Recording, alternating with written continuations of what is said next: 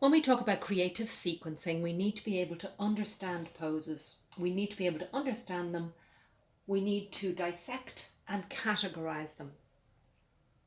What do we mean? We need to know what makes up certain poses so that we can choose poses that will prepare the person for that pose in an easier, less challenging way, and something that might be similar to the pose but is more challenging.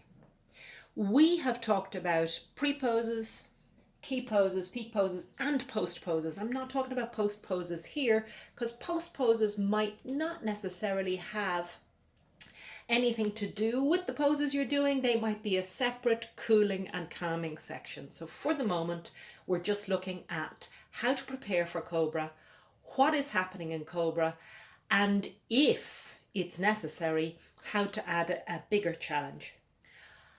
This is not to be confused with variations and modifications. There are several variations of Cobra, no problem whatsoever. But in terms of creativity, we're not looking for variations and modifications. We're looking for other recognizable yoga poses that can be added to a sequence to creatively prepare for Cobra and to challenge more what happens in Cobra. Let's identify what happens in Cobra. The hip is an extension, the back is an extension. The shoulders, they might be neutral, but they are under strain to stay neutral, or they could be retracted. The head is heavy. So although this is a key pose, it's also a little bit challenging because the erector spinae have to bring the spine into extension and lift that head off the ground. In other words, they are working against gravity. Once we identify what's happening in this pose, we can choose other poses that have similarities that might assist with the understanding of this pose. So the first one is cow. Very simple. Why? Because the spine is an extension, but, and here's the big but, the erector spinae don't have to work so hard in this because gravity is assisting.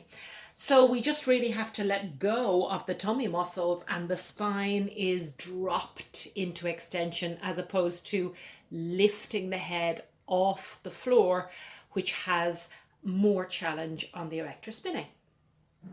Here's another one I've chosen. Cat.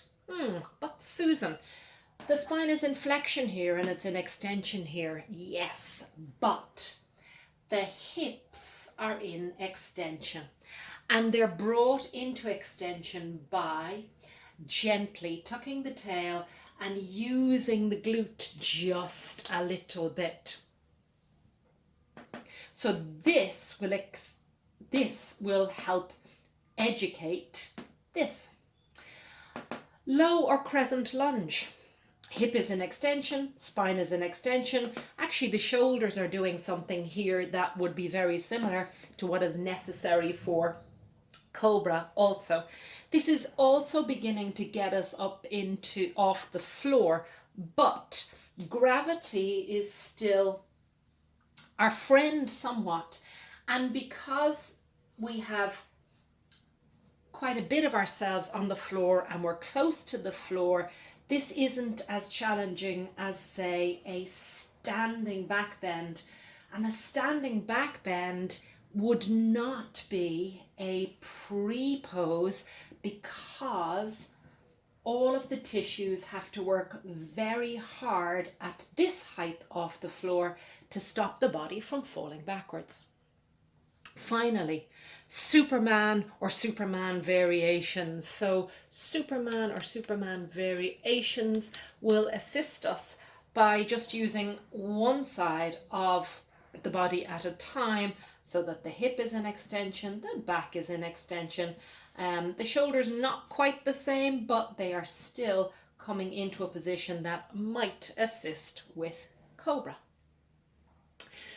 Moving on from that then, what are my peak poses? So if my students are ready, and that's a really important thing to check.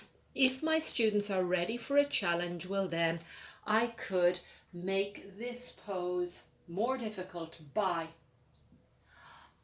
fully extending the hip, fully extending the spine, fully extending the shoulders. Wheel does the same thing. Camel does something very similar. And because gravity is working downwards, but the weight of my head is going behind my pelvis, this can be a super challenging pose because we need to stay upright.